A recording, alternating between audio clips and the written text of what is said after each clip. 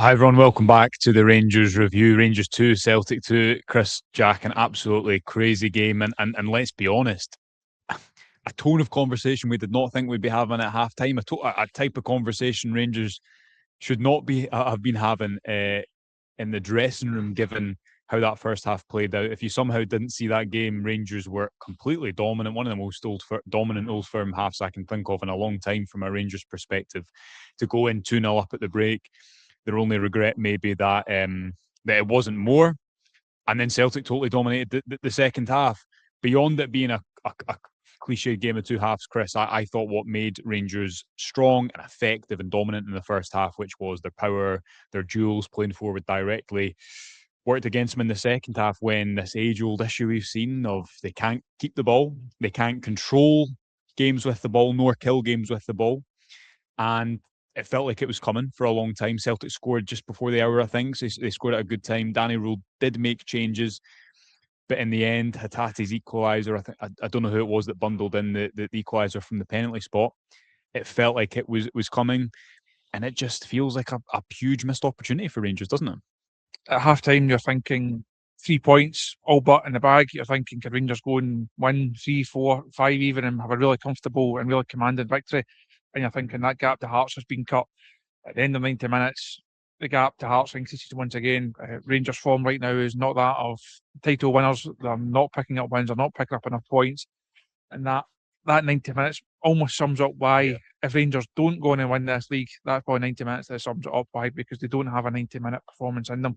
They can be very, very good. That 45 is probably the best they've been under Danny Rule. But as he's repeatedly said in the press conference you've just sat in with him, it's not a 45-minute game, is it? No, it's not even a 90-minute game. You have to go until the very, very end. And Rangers just didn't get. I thought the first couple of minutes actually after half time they came out and started. Two Romans has a big chance at the back post. If that chance goes in, it's 3-0, and at that stage it is job done.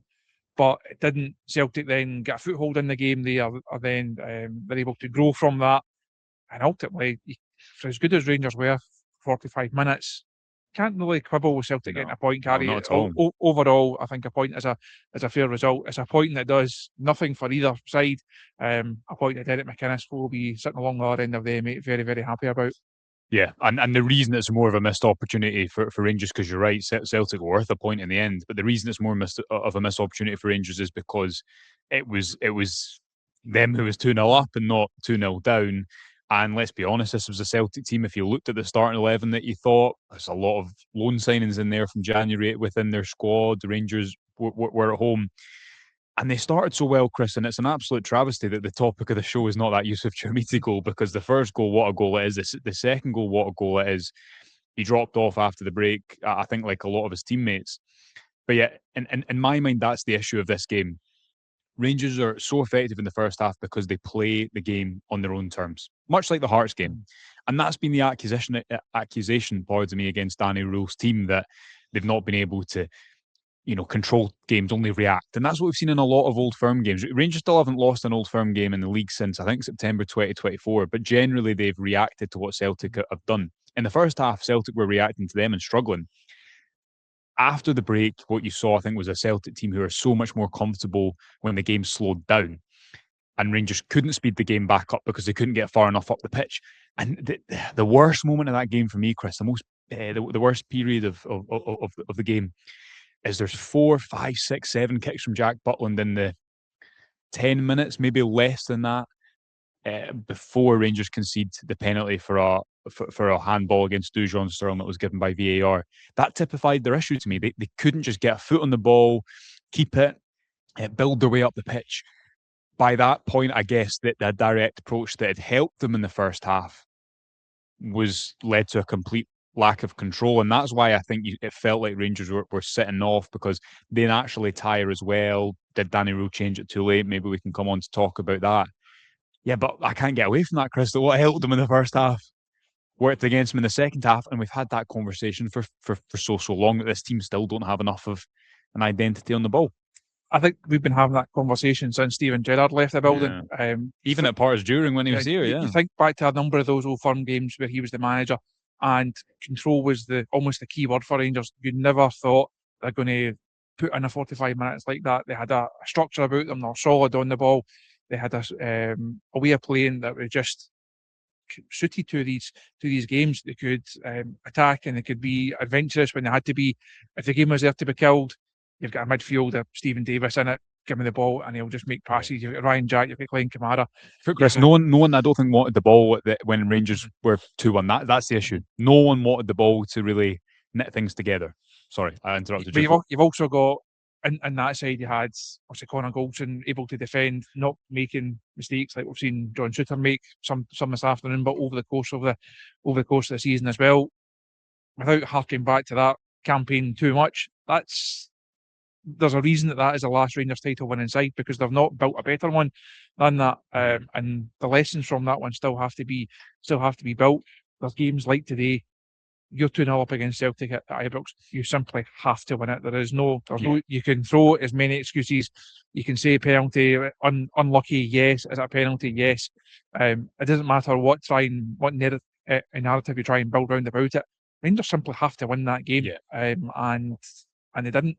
Yeah, and Danny Rowe very resistant to talk about mentality after, and I can understand that to a degree because it's a word that's bandied about. What does it really mean? But listen, I have to agree with you, Chris, that when you are 2-0 up, we can talk about systems and approaches and the flow of the game all you want, as I will continue to do so. But there's also an element of the team had to find a way through that, and Celtic scored at a good time, as I say, quite early in the second half. For me, after that point, bringing Diamandi on was the right approach. Could that have been done slightly earlier when you see Celtic bringing on Hatate? And was it the time to be more reactive after the break? It's easy in hindsight to make those points, isn't it? But it leaves Rangers title chances.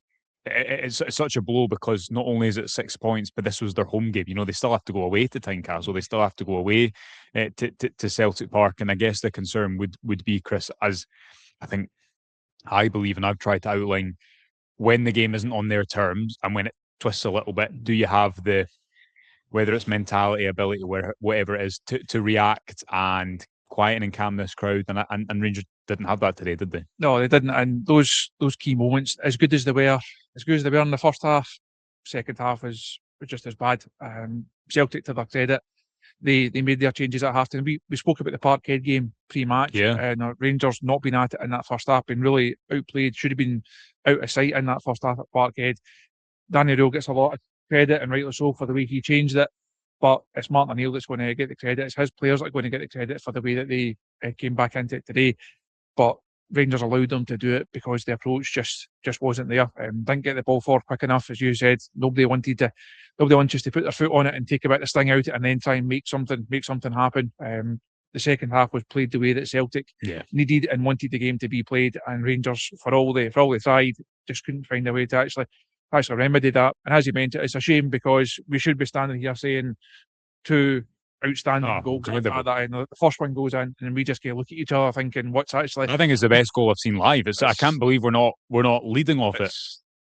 It's criminal that's the way that this show is going to go and have to unfold, and that will be the narrative from it. Now, those two moments from Shamiti will get lost in the mist of time a wee bit because Rangers couldn't hold up the end of the bargain, couldn't see it out. The second one is a brilliant finish as well. The wee deft touch to take it by a defender and then just stick it by the keeper. Two really, really good moments. But if you don't win the game, these moments are, as I say, they're lost a wee bit. The mistake that Dane Murray makes for Rangers' second goal is the same as the mistakes that Celtic forced Jack Butland into kicking long. And we should also give Jack Butland praise for his penalty save, his double penalty save, that Celtic were quicker to get to the third ball than Rangers were.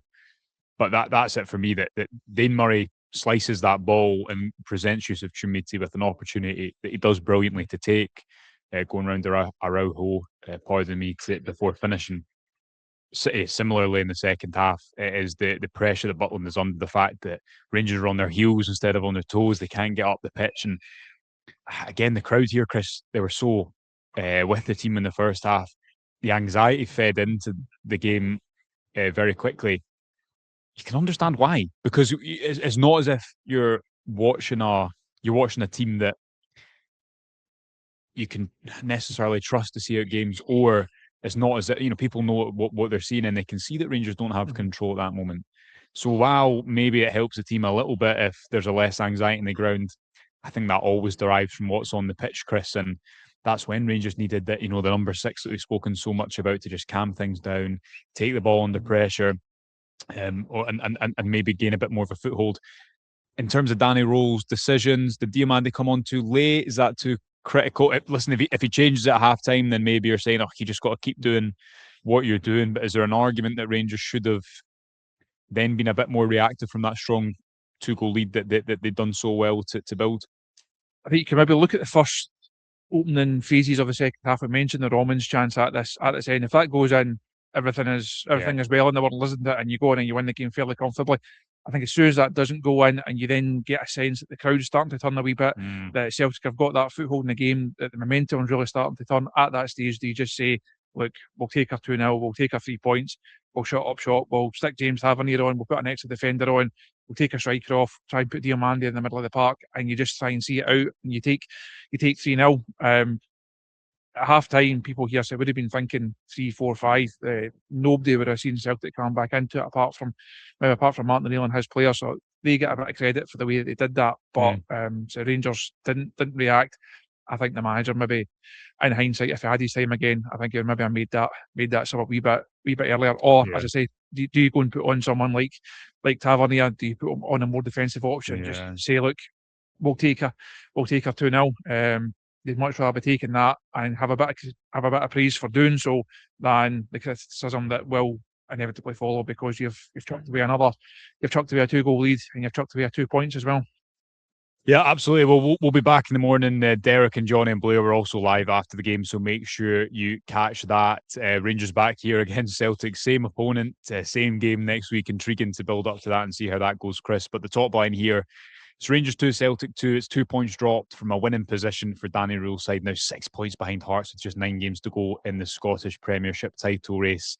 No more leverage for Rangers to make to make any mistakes, Chris, if they even have that, because let's be honest, Hearts don't look like they're going to drop points at the moment, and they needed to kind of be perfect in the final 10 games, let alone the final 9 games. But we'll leave it there. Thanks for joining us. Remember to subscribe on YouTube for free, and bye for now.